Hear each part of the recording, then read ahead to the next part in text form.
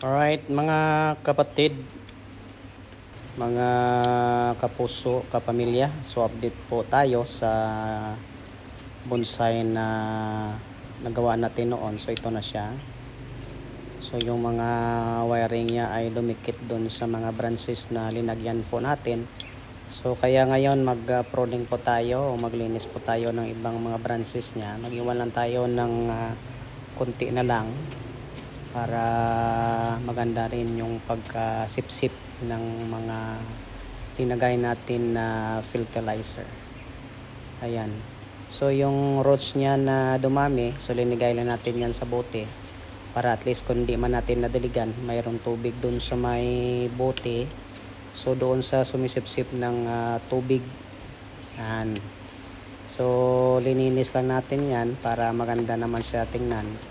At saka putulin natin yan yung malaking branch later on para yung branch niya punta dun sa ilalim, yun na lang naiwan para malinis sa tignan.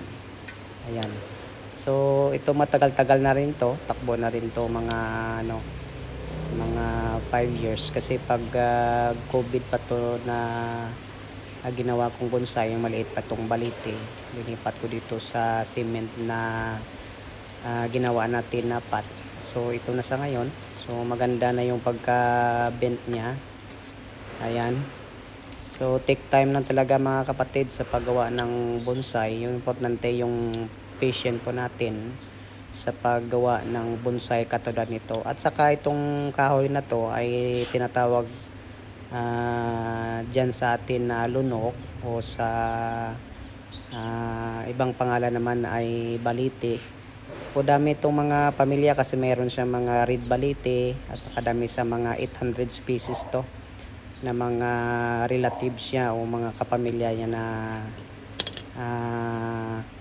pwede ding gawing bonsai. So ito po nag-create po tayo ng magandang shape, pero napag-isipan po natin na mas maganda yung branch niya na punta dun sa ilalim, yun na lang yung iwan po natin para mas maganda naman tingnan. Ayan. So nag-explore po tayo ng magandang shape sa bonsai po natin. So usually freestyle lang to yung natin, yung ginagawa po natin. Kaya nag-experiment po tayo ng mga magandang design para maganda naman tingnan. At saka ito pong gawain ay napaka halaga din kasi napaka importante din na mayroon po tayong pinagwilihan kasi ito nagbibigay din ito ng ng magandang resulta, mas lalo na kung nakaramdam ka ng boring. So ito po ay nakatulong siya, naka-unwind siya, nasaka refreshing din ito. So ito na siya.